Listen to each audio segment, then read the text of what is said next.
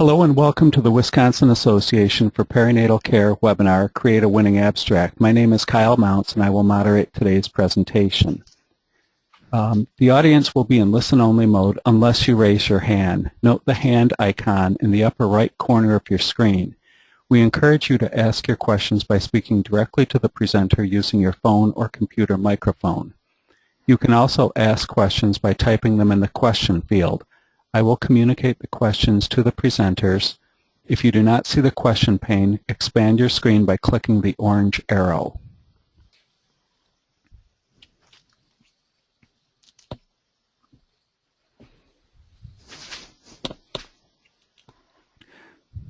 The poster displays have become a very important part of the annual conference. Posters provide conference participants the opportunity to gain new information on research, innovative projects, etc. through visual display. A wide variety of topics and a wealth of information can be gained by simply walking through, viewing the posters, and interacting with the authors.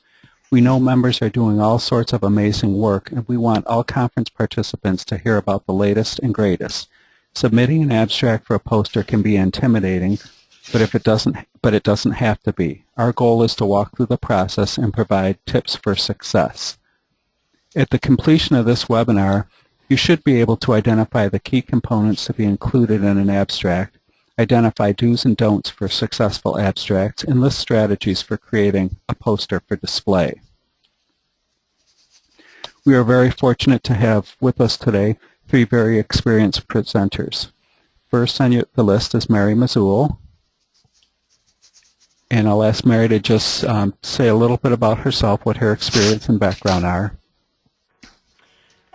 I am a certified nurse midwife and a doctoral student at this time in the Silver School of Public Health at UWM. I have been fortunate enough to present at WAPC a few times, both presentation, oral and poster presentations, and I also sit on the review board for posters that are presented, that are submitted for WAPC. So I've had a lot of experience writing abstracts and quite a bit of experience creating and doing my posters. Thank you. Our next presenter is Mary Jo Bache. Hello to all of you. I'm a faculty member in the College of Nursing at UW-Milwaukee, and over the years I've studied mostly healthcare delivery models, but have been a long-time reviewer for WAPC and for other groups around the country.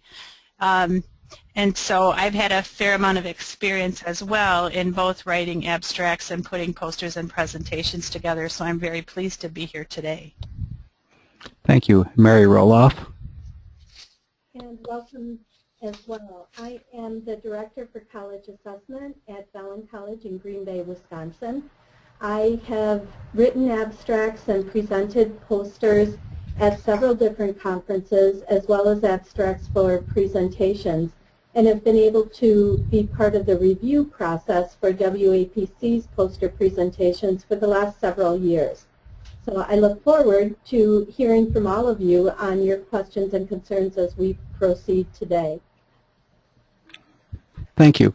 You probably have noticed on this slide and from some of the things we will talk about that there are a number of themes that will be occurring throughout. I was going to change my name to Mary also, but my wife said no, that would make things too complicated. But anyway, with that, we will turn the discussion over to Mary Roloff. Thank you. So our purpose today is really to assist those who are looking at submitting abstracts for the WAPC annual conference. Those abstracts are due January 23rd, I believe, for the annual conference in April. But the principles that we present today really can apply to any abstract that you are thinking of putting together for a presentation or for a poster display. So the formatting may be different, the individual requirements may be a little bit different, but hopefully some of the themes will carry forward. For WAPC, they allow abstract submissions and encourage abstract submissions in 4 areas. It can be original research, an innovative program or a quality improvement initiative, a case study, or a review of literature. And we're going to walk through and highlight some of the key features to consider for each of these. While there's some similarities, there's also unique differences. Before that, though, we get into that, I'd like to just talk about some general do's and don'ts for poster submissions and abstract submissions. So in general, abstracts are really key factors in terms of the acceptance process for presentations. The abstract is what reviewers are looking at to determine, is this worthy of presentation to the audience as a whole? So a great project can be overlooked if the abstract does not adequately represent the project. One of the greatest challenges in writing an abstract is to be comprehensive, yet concise. WAPC holds to a 350-word limit, so each word becomes important. I've submitted, as I said, to different organizations. Some will have a 500-word limit. I had one that had a 150-word limit. So it becomes very challenging in how you convey the key points of your project or information within that limit. So highlight the most important points of the work. Plan ahead to allow for review and revisions. Have someone who's unfamiliar with the project read the abstract. Is it clear? What questions do they have? When we're intimately involved with a project, oftentimes we can't see the forest through the trees, and we assume information is there, key to understanding it, but it may not be. So plan ahead, make sure you allow yourself enough time so that questions, revisions can all be included so that you submit your very best work to represent your project. WAPC has available to authors some general do's and don'ts, and I've summarized those on this slide. So this allowing for 4 different types of posters, with a separate application form for each one. And one of the most common mistakes we see in the review process is that people will submit on the wrong form. So if you submit on the form using original research, but you're actually submitting for a quality improvement project, the reviewers are looking for the components for original research. They're not looking for quality improvement. And so your submission is likely going to be downgraded because they're not seeing the components that should be there for research, even though that's not what you were doing. So make sure you're using the correct application form. Follow the specifications. If it says it needs to be this font, do it. If it says there's a word limit, follow it. Make sure that you're staying within the guidelines that are being set out for you. Having a title that's descriptive helps the reviewers just get a quick handle on what it is that they're going to be reading about. Be careful with abbreviations. We use all sorts of acronyms and abbreviations in our work, and yet we know what those are, but someone reviewing it from the outside isn't going to be as familiar. So if you're going to use abbreviations, make sure you identify what that abbreviation means so that then it can be referenced later in the document. Using an active voice rather than a passive voice just adds strength to your presentation. And again, this abstract is representing your work. So using your spelling, grammar, following those basic principles of punctuation, really put together your most so that it represents the project to the fullest extent possible. And then avoiding long sentences where the reviewer can just get lost on what we're really trying to talk about.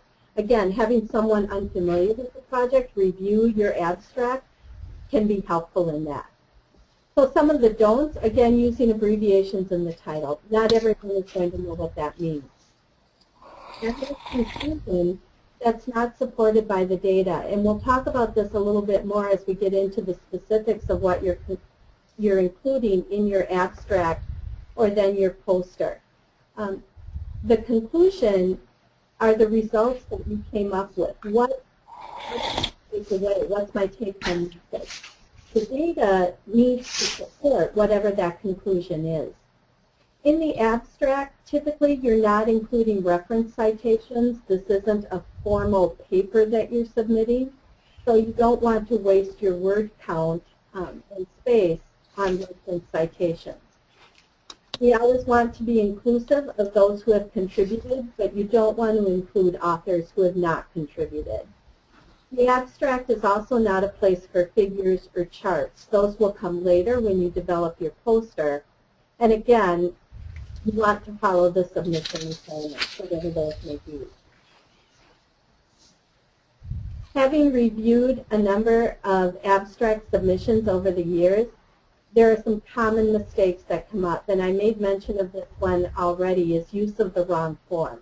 So I'm not going to go over that in any more detail. Just make sure you're submitting on the right form for whatever your project is. One of the challenges is the lack of results. We've reviewed many projects where the information sounds really good, but you're left with a so what. So what did this actually accomplish? So what did it mean? Did it reduce length of stay? Did it improve patient satisfaction? Did it improve efficiency? What's the take-home message? Now for WAPC submissions, the expectation is that original research be concluded and that the results be included as part of the abstract. For quality improvement initiatives or innovative programs, you may not have all of that final evaluation completed at the time of the abstract submission.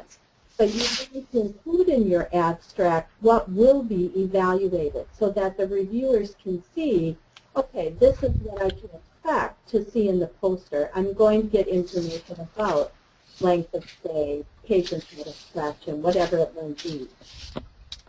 The reviewers are also looking at methodology. How are you getting the information that you're going to be presenting? Do you have a standardized survey that you're using? Is it something that you're making up yourself? How are you actually collecting the data? What's the method for it? And then again, similar with lack of results is lack of conclusion. So what does this mean? One of the other challenges is taking results that don't support, or having results rather, that don't support the conclusions that we're drawing. So if we're saying that something is extremely effective, do our results actually indicate that? And we can't overreach the results that we actually have. And then again, those typographical errors, we may not pick up on them, but a reviewer will. They jump right out. Oftentimes, when you're submitting an abstract online, it doesn't have a built-in spell check or grammar check into the program.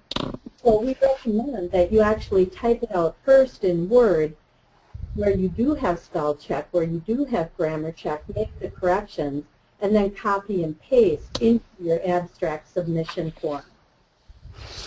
So with that, I'm now going to turn it over to my colleague, Mary. That's easy, to talk about the principles of submitting an abstract for original research. Great. Well, I was asked to speak a little bit today about one type of abstract that you can submit, and that is the abstract for original research. Just a reminder that areas of content for the original research abstract: the statement of the problem, the purpose of the study, methods and design, results and conclusions. And we're going to go through each of those areas individually and just get some points and also some clarification about what each of those are. So the statement of the problem it's really what catches your audience. Why is this an issue worthy of study? Now, in an abstract, especially in one that only has 350 words, you really need to do this in 2 or 3 sentences. Probably one of the most difficult things I think we have as nurses is learning to write precisely. We're used to describing things in great detail and at length, but this is not really the time to do that. And this is where wordsmithing really comes into play. You want to discuss the rationale for studying the issue. And what's really important when submitting abstracts is to really understand who your audience is. Why is this particular audience interested in this topic? So if you're presenting or submitting something to WAPC, you're going to need to make sure that it has something to do with perinatal care. No matter how it works into that, there's got to be something in that topic that speaks to that. Otherwise, WAPC is probably not going to be interested in the submission. You don't need to share any data in this section. Your poster is going to speak to that. Right? Really, literally, is just telling us why you think this is an important issue. What I did on the right hand of all of these slides is just give you an example of an abstract that I submitted and that was accepted to WAPC a few years ago. Because I like to do both qualitative and quantitative research, but I really love qualitative research, and this is a qualitative research study that I had done with a colleague. And so you can see on the right side how I, in a few sentences, really tried to explain the statement of the problem. I talked a little bit about how Milwaukee has one of the highest racial disparities in birth outcomes, what happens to African American babies. And you can see in this,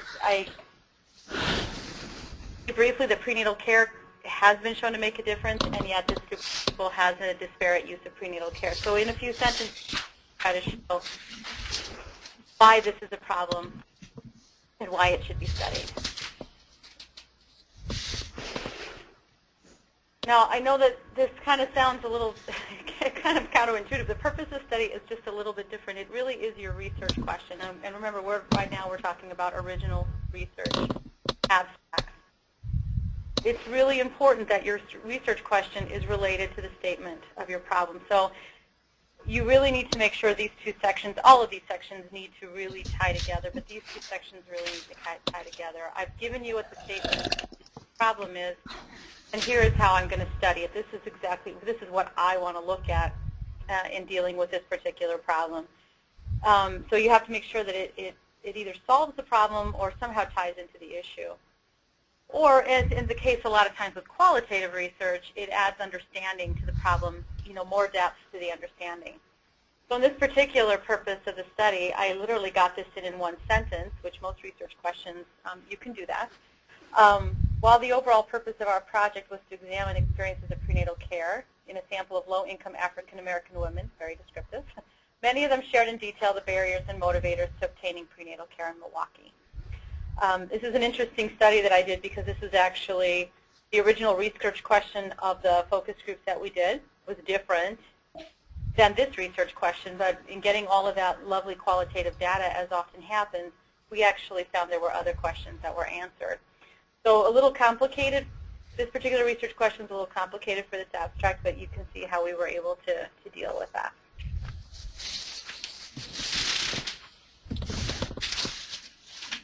The next slide. Thank you. Now, methods in design, I think, as Mary said, as we review abstracts for WAPC, this is probably the section that is the most wanting. And it is complicated. I think we all love the statement of the problem. Most of us as nurses, we love the lit reviews. We love doing a lot of things. Methods in design always seem to be a place where we get a little bit stuck. And of all of the sections that we look at when we're peer reviewing an abstract, this is one of the most important sections. How did you conduct this research? And for those people who are reviewing the abstract, we want to make sure it makes sense, that the design that you chose makes sense with your research question and the statement of your problem. And I would say this, again, this is probably where we get into some issues as we're reviewing abstracts. We want to know who or what you studied, how did you gather your data, and what did you measure and how did you measure it. Those two things are often missing in these abstracts. And how did you analyze your data? Again, you don't need to give any results in this section. You don't need to do a lot of explanation. If you did quantitative analysis, we don't need a whole lot of explanation as to what type of statistical analysis, but there's got to be something in there that shows us that this was a logical design and that you used logical methodology. In this particular example, whoops, we need to go back to methods. In this particular example, it's because it's qualitative. Explain that we conducted focus groups. We talk about how we did the analysis. We talk about how we did coding and what those codes, how those codes emerged, and we discuss validity and relevance. and how we did peer debriefing. So again, in one or two sentences, we described to the reviewers what that analysis looked like. Now, it's interesting when you are presenting or submitting these abstracts, not everybody at the table is going to be an expert in qualitative research, and not everybody at the table is going to be an expert in your particular problem or issue or your bend in research. But most of us at the table have skills and expertise that we can bring, that we all bring to the table. So if you're presenting qualitative research, those of us that do qualitative research are going to want to see methods and a design that makes sense to us. For those at the table, for those reviewers that are really good at quantitative research and do that a lot, they're going to want to see the same types of things, but for quantitative research. So, and again, it's a challenge because you only have a couple sentences, but you really need to make it clear to the reviewers that this was a rigorous design and that you used appropriate methods to study your problem. In the results section, again, it seems pretty simple, just list the outcomes. But here's where a lot of us get things get a little awry, and that is, what outcomes did you use to measure? What outcomes are you using to measure whether or not your research made a difference, whether you were able to facilitate a change, or in our case, in qualitative research, did we get the information we were looking for?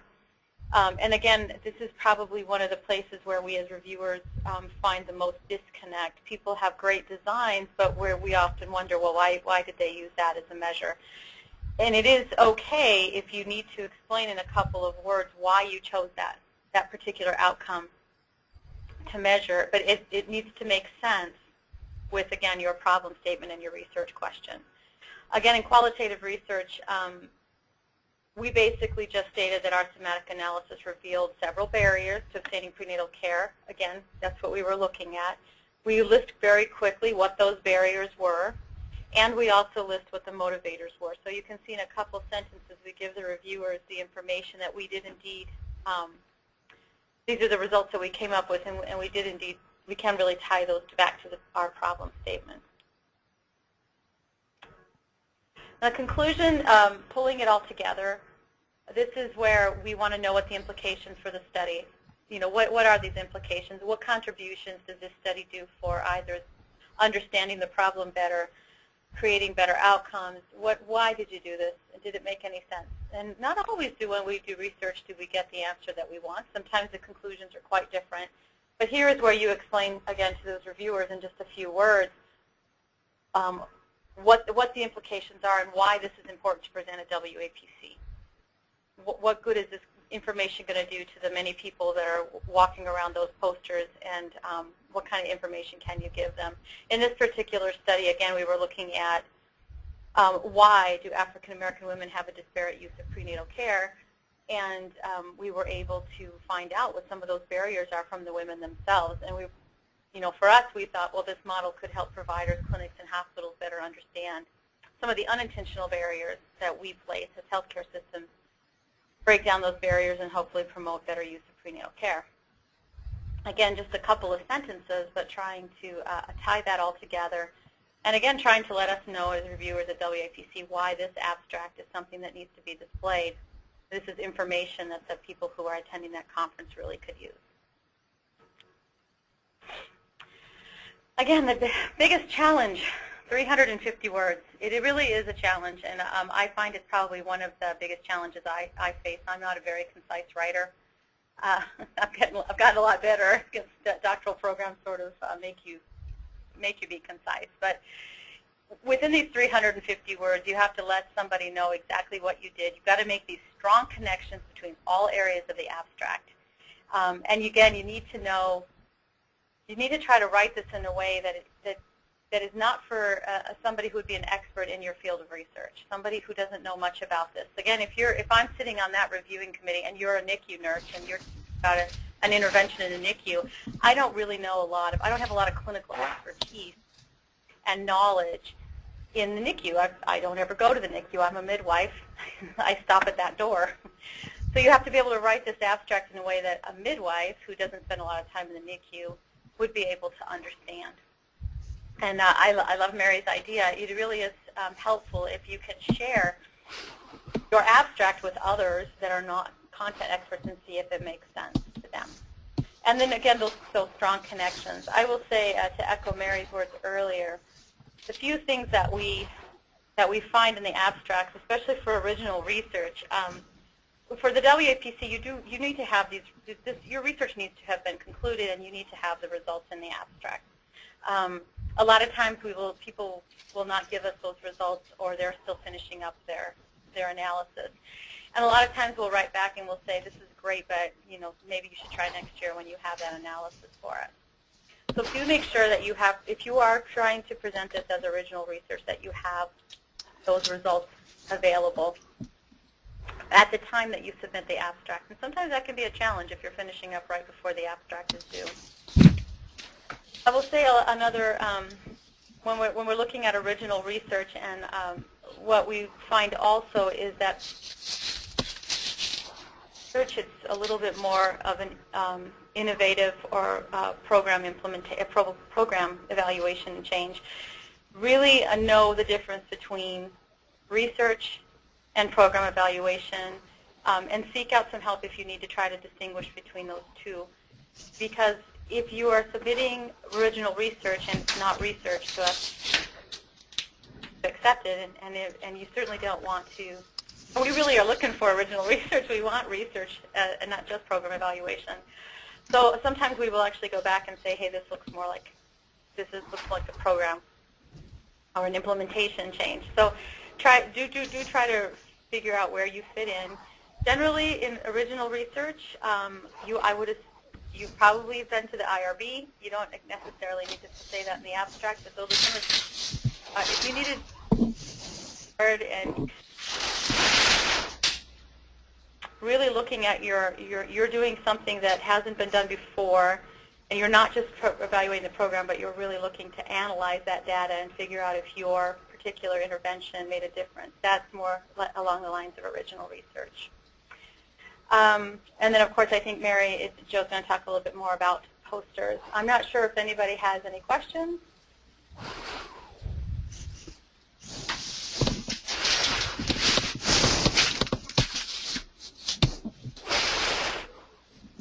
Okay, hold on.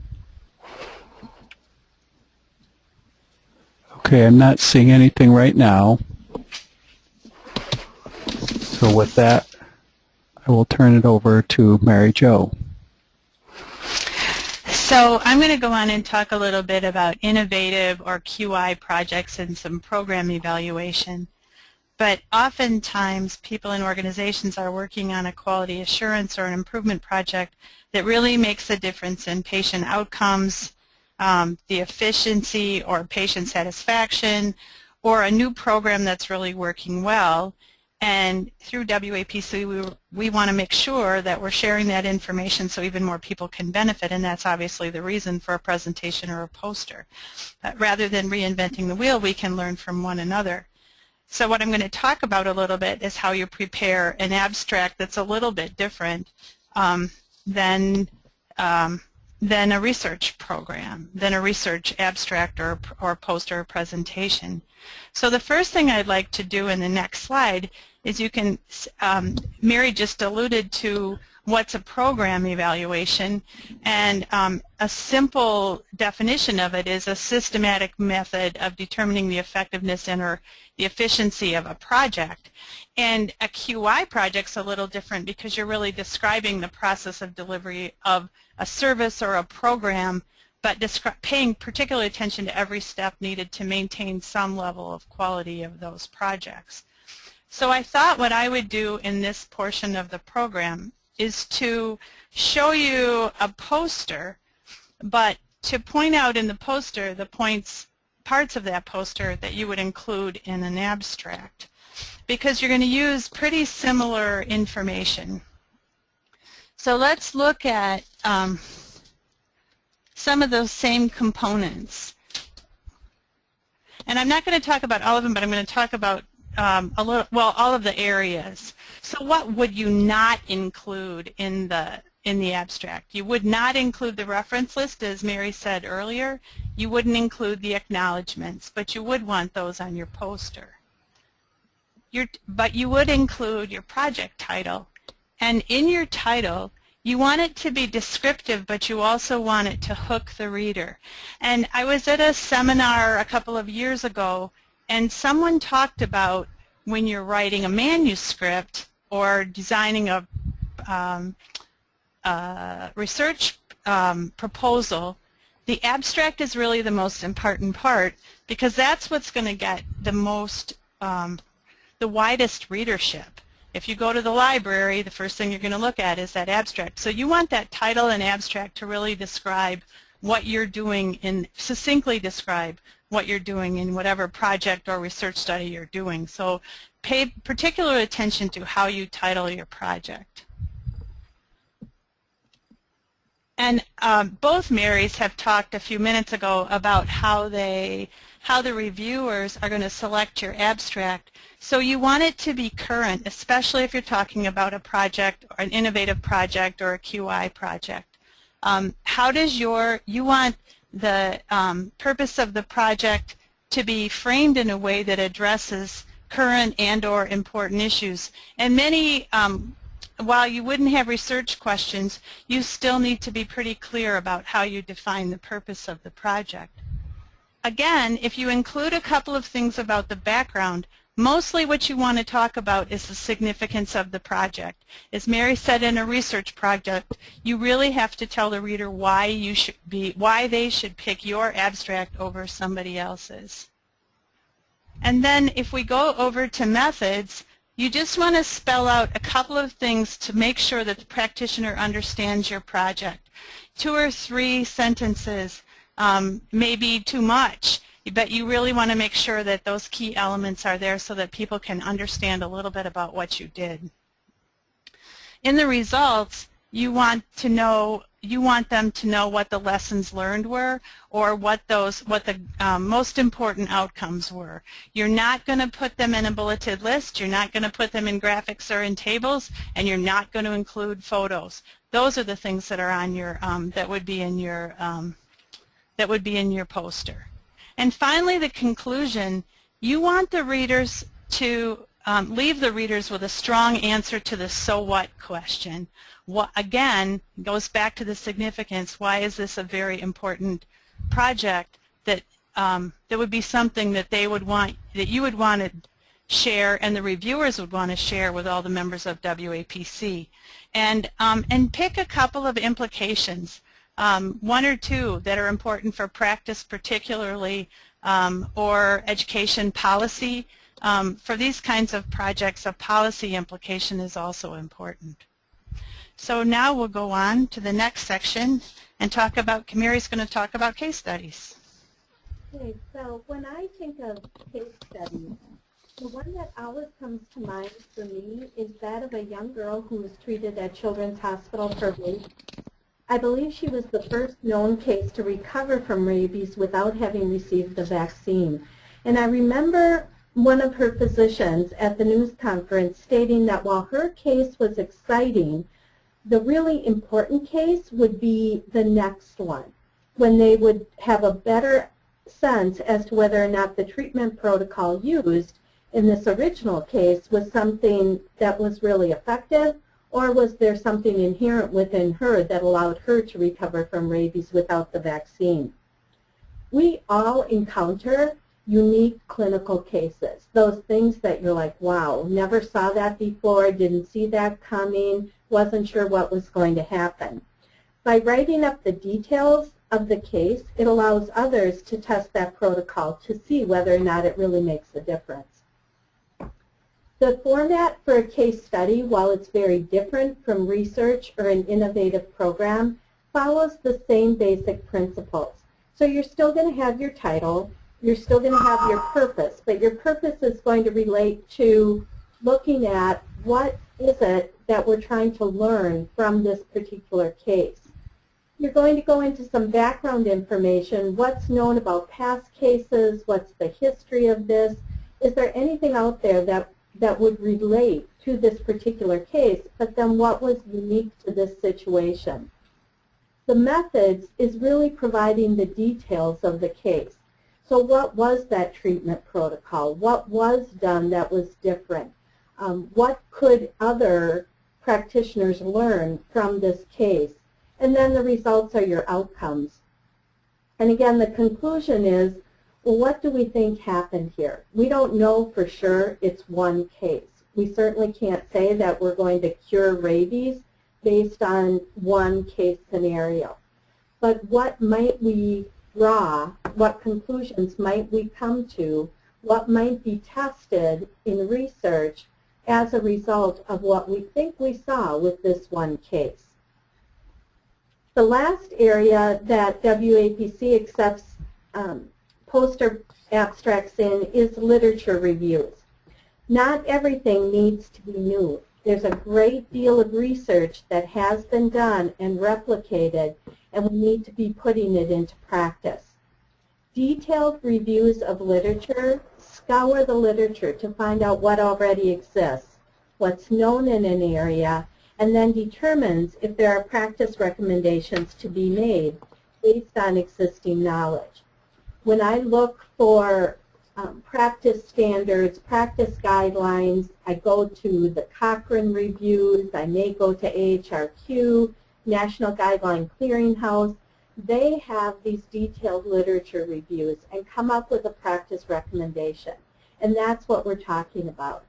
So things that you'd want to include in an abstract on a literature review would be, what was your literature search strategy? Where did you go to find your information?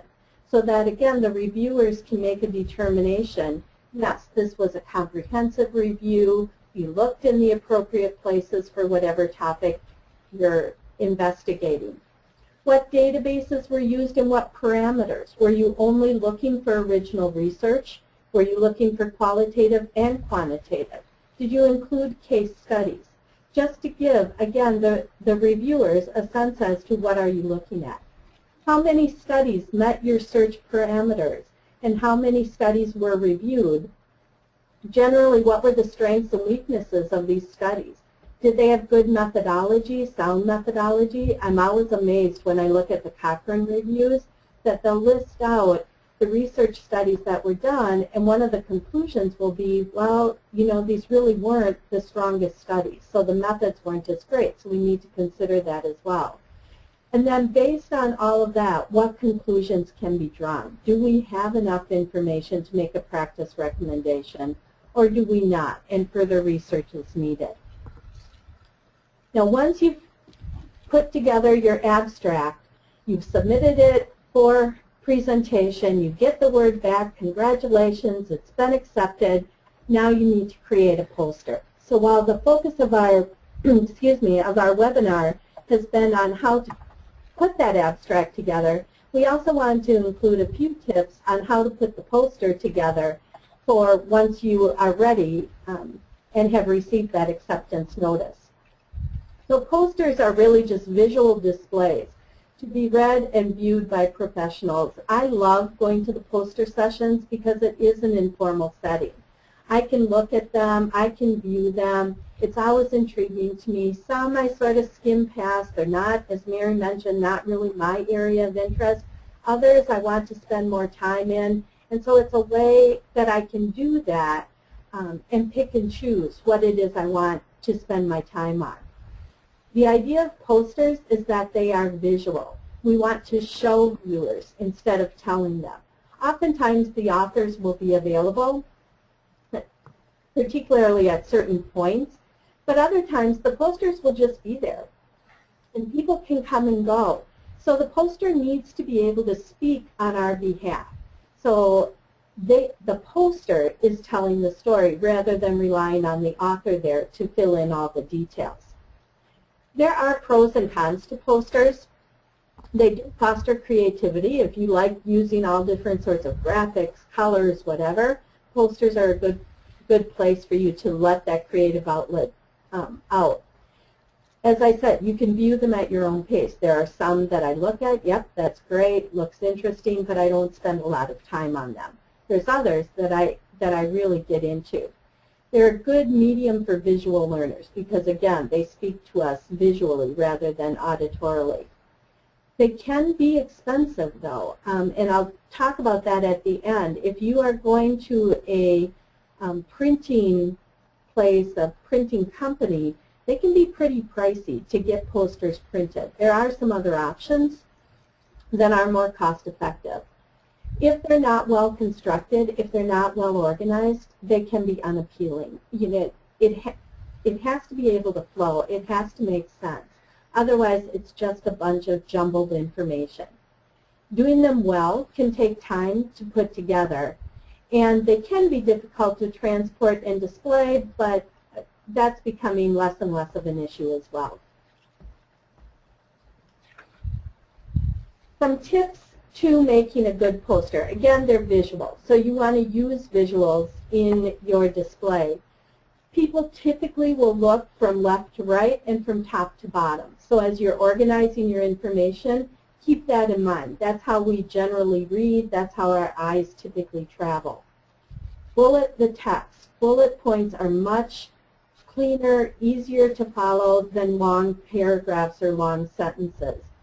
Having a neutral background rather than a pattern is less visually distracting. So let your words, let your text, let your pictures be what people hone in on. Let the background be the stage to set those off. You want graphics to be self-explanatory. So whether it be charts, pictures, displays, they should be able to speak for themselves. If you need to be there to explain what it is the viewer is looking at, then that has missed the mark. And again, people are going to be looking at these from a distance. So consider, can I read this from 4 to 6 feet away? Because I'm walking by with my cup of coffee and I'm looking at things, and I need to be able to read that text, particularly if there's a huddle of people around that poster. Can I pick out what it is I'm looking for from a distance? When in doubt, edit out. Less information can be more. Again, getting to that concise. Just as you were concise in the abstract, you need to be concise in the poster as well. So before you start putting your poster together, you want to do some background work. What is your main message? What's the main thing you want people to take away from your poster? Consider how much space you have available. Typically, the display areas are determined by the facility where the posters will be displayed. I've had posters that I've done that were on very narrow, long display boards. That was a very challenging poster to put together because it was long and narrow rather than wide as most posters typically are. So considering the space that you have. Also consider your budget, and we'll talk about the different prices and where things can be, but that's an issue, and you need to consider how much is this going to cost. What format do you want to use? Do you want to use a trifold poster and you're going to put the information up on it, or do you want a printed poster on glossy paper that's going to have a different type of formatting? And then what's your deadline? When is this due, so that you can plan accordingly? In terms of the text for the poster, again, less is more. So minimal text. Use phrases, use bullet points, and again, use that active voice. Be very careful about jargon and abbreviations, and consider the font size and type. And I have some examples on the next slides of different types of print and sizes. Again, considering that you're going to be viewing this from at least 4 to 6 feet away, consider the size of your type. While 12-point font may be great for reading in a book, it's not going to be adequate when you're trying to view a poster. You also want to consider the type of font. There are 2 basic types, sans serif and serif. Serif font have all the little doohickeys on the end of them. So the word of is serif print, as is the word print. Times New Roman, which we use for most everything, that's a serif print. All those little extra characters just add to the busyness of a slide, and you can see that on this. where I've got sans serif versus serif. So sans serif tends to be cleaner. It doesn't have all those little extra characters on the letters. Arial, calligraphy are two different types of sans serif and are preferable when you're putting a poster together. You also want to avoid fancier print. Using italics, some of the other fancier prints or different types of print may serve a purpose in adding some emphasis, but if you have a whole paragraph of that, it becomes pretty overwhelming, and you're just going to get lost in trying to read that. Now, colors are a place where you can really do some creative things. So colors can enhance readability. You can color block and chunk information off so the eye naturally is drawn to areas. So you want to look for contrasting colors. That said, limit the number of colors. You're not looking for a rainbow effect. You don't want the colors to distract from your message. You want it to enhance your message. And then consider the colors carefully. If someone is colorblind, green and red are not distinguishable. So consider that as to who's going to be viewing your posters. If the color is really important to you, be careful, because sometimes what it looks like on the computer screen can be different than how it turns out in print. Blue can look like purple. So if you're trying to mimic your organization's color, just be careful on exactly how that's going to look when you print it. Now, there are some tools that you can use to put your posters together. There's Print Shop Deluxe, there's PowerPoint, and then there's a website called makesigns.com, which has become one of my favorites.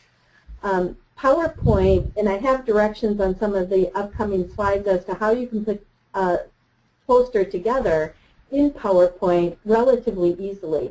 And I'm sure if you Google make a poster in PowerPoint, you could come up with even more directions and tips and strategies for how to do it.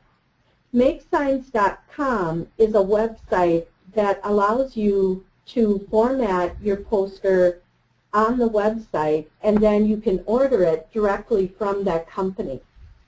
I found the prices there much more reasonable than if I go to a publishing company like Kinko's or EasyPrint or whatever.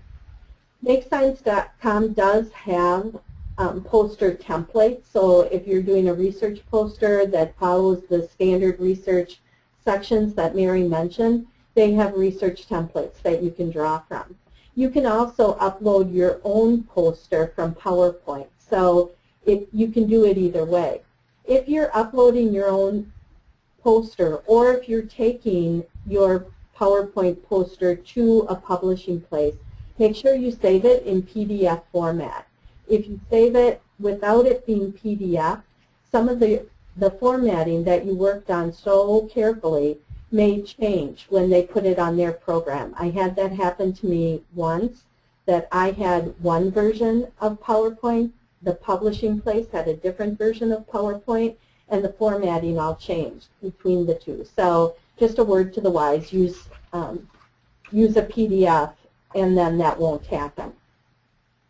So the next slide just walks through the steps for creating a poster in PowerPoint. You could read those. You may find it useful. You may find another program or other directions that are more user-friendly for you. The one thing I would say, again, pay attention to the width and the height of your desired poster, and that will be dictated to you based on where you're presenting it.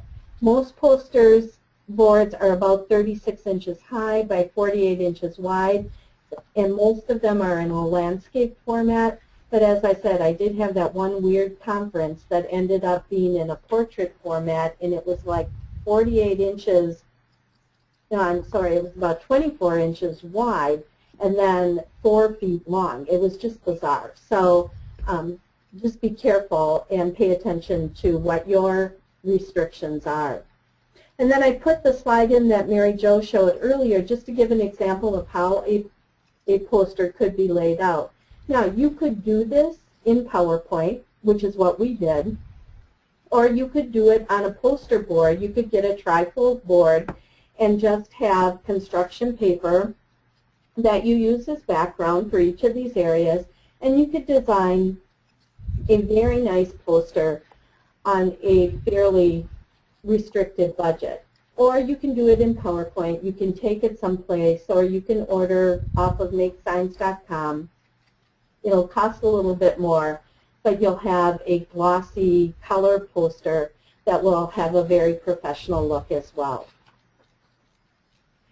This last slide is a poster that I put together with WAPC. This was for an educational conference, so the focus was on active learning, but how we used WAPC's Becoming a Parent checklist, preconception checklist, for a class assignment, and the outcomes that the students gave us in terms of what they learned from it.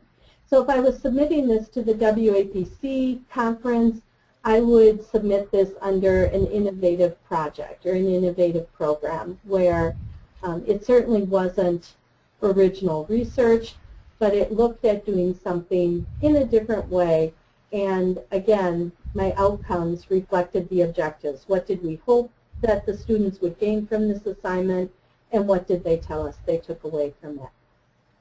So with that, we'll open it up to any questions that you may have. If you type the questions in, then Kyle will be able to respond, and we'll answer any questions that you may have.